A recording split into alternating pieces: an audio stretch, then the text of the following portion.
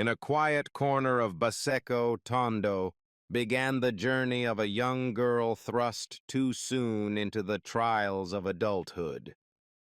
This is the story of Jessica Olango, who faced poverty, motherhood, and heartbreak all before the age of 20. Amid the chaos of Manila's crowded streets and the silence of nights spent alone, Jessica fought for her family, her children, and ultimately, herself. What follows is a story of strength, sacrifice, and the unyielding hope that even the darkest chapters can lead to new beginnings. I am Jessica Olango, 17 years old when I got married, and 20 years old when I gave birth to my first child. My husband was 23 years old then. We lived in Tondo, Manila, in the Baseco area. When I was 17, my husband and I were struggling to make ends meet. I gave birth to my first child when I was 20 years old.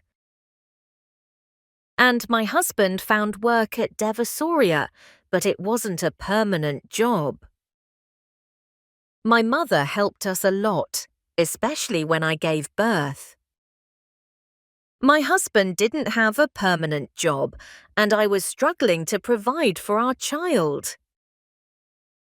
Sometimes I had to do everything on my own. When my mother had to go back to Cebu, I felt so alone and struggled to care for my child. My husband's family didn't help us much. I had to rely on my mother's support, and sometimes I felt so tired and overwhelmed.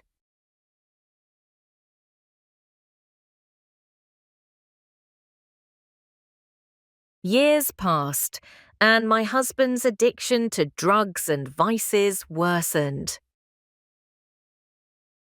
He started with smoking and drinking, but eventually he got into drugs.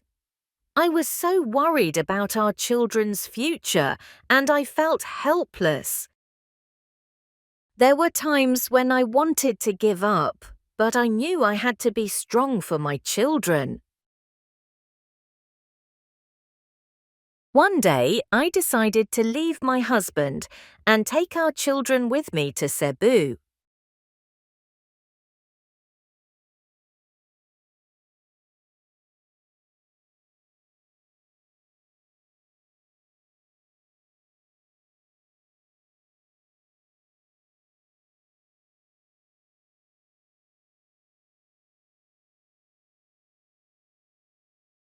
It was a difficult decision, but I knew it was for the best. I was worried about how my husband would react, but I knew I had to prioritize my children's well-being.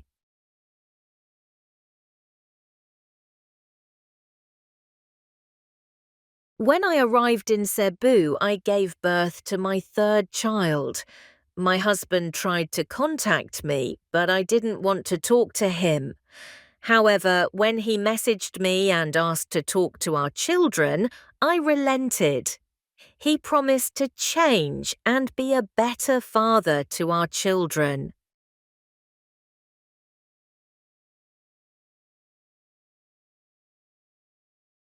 I was hesitant at first, but I decided to give him another chance. I allowed him to talk to our children, and eventually he started to make amends. He apologized for his past mistakes and promised to be a better husband and father.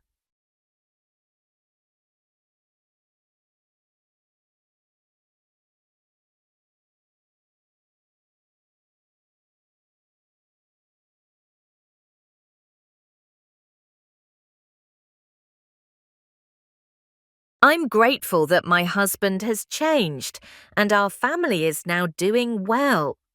I learned that giving people second chances can be beneficial, but it's also important to prioritize one's own well-being and the well-being of one's children.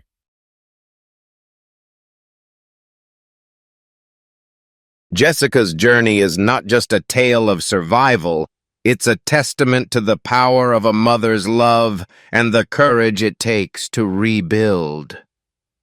From heartbreak to healing, from despair to redemption, she reminds us that while second chances can offer hope, it is the choice to protect one's peace and dignity that defines true strength.